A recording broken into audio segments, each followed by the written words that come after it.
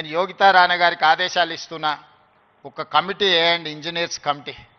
టోటల్గా ఎడ్యుకేషన్ నుంచి, యూనివర్సిటీ నుంచి ఒక టీంని, రాష్ట్ర ప్రభుత్వం నుంచి, విద్యాశాఖ నుంచి, సాంకేతిక పరమైన ఇంజనీర్లతో పాటు ఎడ్యుకేషన్ సైడ్ నుంచి ఉండే వాళ్ళందరినీ ఒక కమిటీ, చిన్న కమిటీని కూర్చి ఉస్మానియా యూనివర్సిటీ 100% ప్రపంచంతో పోటీ పడగలిగే ఒక స్టాన్ఫర్డ్, ఒక ఆక్స్ఫర్డ్ యూనివర్సిటీ స్థాయిలో, మనకేం తక్కువ 3 లక్షల కోట్ల రూపాయల బడ్జెట్ ఉంది. ఎవడో 1,00,000 కోట్లు కట్టింది, కూలింది, పోయింది, 1,00,000 కోట్లు గంగలో పోయింది, గోదావరిలో పోయింది. మీకోసం ఒక 1000 కోట్లు ఖర్చు పెట్టడానికి మాకేమన్నా దరిద్రం ఉందా? నేను స్పష్టంగా చెప్పదలుచుకున్నా, ఈ సంవత్సరం విద్యాశాఖ కోసము 40,000 కోట్లు ఖర్చు పెట్టిన, 40,000 కోట్లు ఈ సంవత్సరం young India integrated residential schools, 100 నియోజకవర్గాల 100 young India integrated residential schools, ఒక్కొక్క స్కూల్కి 25 ఎకరాల స్థలం, 200 కోట్లు, 20,000 కోట్ల రూపాయలు ఈరోజు యంగ్ ఇండియా ఇంటిగ్రేటెడ్ స్కూల్స్కి నేను సంతకం పెట్టి ఇచ్చిన. యంగ్ ఇండియా స్కిల్స్ యూనివర్సిటీకి 500 కోట్లు పెడుతున్నాం. యంగ్ ఇండియా స్పోర్ట్స్ యూనివర్సిటీకి ఈరోజు 100 కోట్లు పెడుతున్నాం.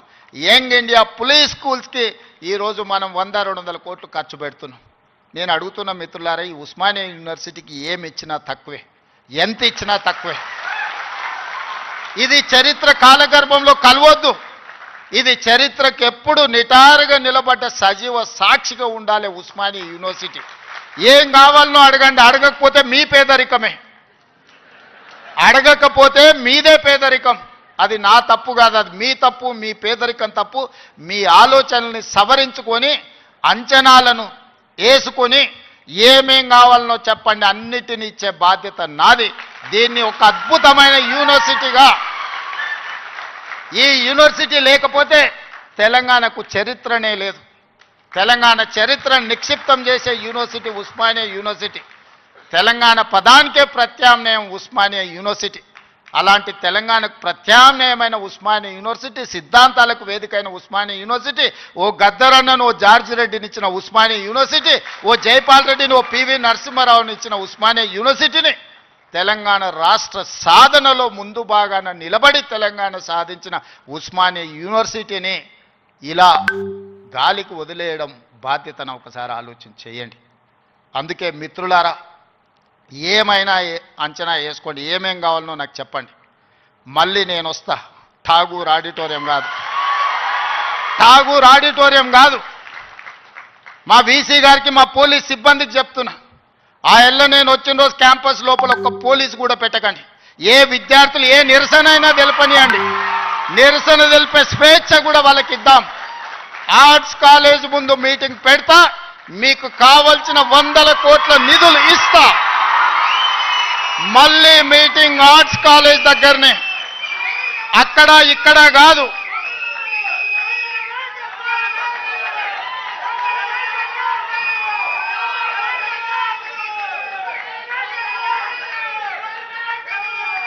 ఆర్ట్స్ కాలేజ్కి వచ్చిన రోజు డీజీపీ గారికి, సిటీ కమిషనర్ గారికి నేను ఆదేశాలు ఇస్తున్నా, ఒక్క పోలీస్ కూడా క్యాంపస్ లోపల ఉండొద్దు, నేను వస్తా.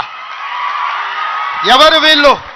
మా తమ్ముళ్ళు, మా చెల్లెళ్ళు తండాలలో, గూడాలలో, మారుమూల పల్లెల్లో పేదరికం రుచి చూసి అభివృద్ధి జరగాలి, డాక్టర్లు, లాయర్లు, ఇంజనీర్లు కావాలి, ఐఏఎస్లు, ఐపీఎస్లు, ఐఎఫ్ఎస్లు అయి ఈ దేశ నిర్మాణంలో భాగస్వాములు కావాలని ఇక్కడికి వచ్చిన వాళ్ళను, ఆనాడు ఉన్నాయన గొర్రెలు, బర్రెలు, చేపలు పెంచుకోండి అంటే ఈరోజు డాక్టర్లు, లాయర్లు, ఇంజనీర్లు కాండి, ఐఏఎస్లు, ఐపీఎస్లు కాండి అని నేనంటున్నా. నేను రావద్దా? ఎందుకు రావద్దు? గొర్రెలు, బర్రెలు, చేపలు పెంచుకునేటోనికి నేను రావద్దని కోరుకుండొచ్చు, కానీ డాక్టర్లు, లాయర్లు, ఇంజనీర్లు, ఐఏఎస్లు, ఐపీఎస్లు అయ్యే విద్యార్థులకు నేను రావద్దని నన్ను అడ్డుకోవాలన్న ఆలోచన ఎందుకు ఉంటుంది? ఒకవేళ అడ్డుకుంటే వాళ్ళు వేసే యక్ష ప్రశ్నలకు సమాధానం చెప్పే చిత్తశుద్ధి నాకుంది. తెలివి ఉందా లేదా పక్కన పెడితే నాకు చిత్తశుద్ధి ఉంది. నా చిత్తశుద్ధిని ఎవరు ప్రశ్నించలేరు, ఎవరు శంకించలేరు. అందుకే మీరు అంచనాలు పెంచండి, అంచనాలు వేయండి, అన్ని వివరాలు సేకరించండి. డిసెంబర్ మాసం మనకు అత్యంత కీలకమైన మాసం. Miracle month is December. క్రిస్మస్ని మిరకల్ మంత్ అంటారు, అద్భుతాలు జరిగే నెల అంటారు. డిసెంబర్ 9, 2009కి చరిత్ర పుటలలో ఒక గొప్ప పేజీ ఉన్నది. మొట్టమొదటి తెలంగాణ రాష్ట్ర ప్రకటన డిసెంబర్ 9, 2009 నాడు జరిగింది. అందుకే డిసెంబర్ నెల అంటే నాకు అత్యంత ఇష్టం. మళ్ళీ డిసెంబర్లో ఆర్ట్స్ కాలేజ్ దగ్గర మీటింగ్ పెట్టండి, నేను వస్తా. మీకేం కావాలనో అక్కడికక్కడ అన్ని మంజూరు చేసి జీవో ఇచ్చిపోతా. మొత్తం లెక్క పెట్టండి, ఏం పనులు కావాలో నాకు చెప్పండి. అన్ని రిక్రూట్మెంట్స్తో సహా మీరు ప్రణాళికలు చేసుకోవాల్సింది. నేను మంజూరు చేసేదే నా బాధ్యత.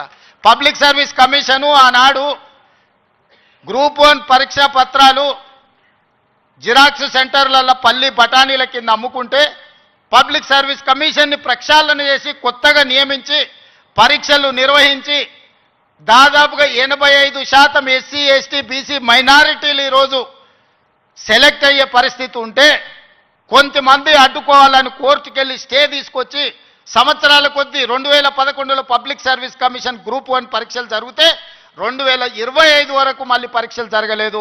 14-15 ఏళ్ల తర్వాత నేను పరీక్షలు నిర్వహిస్తే ఫలితాలను ప్రకటించకుండా అడ్డుకుంటారు.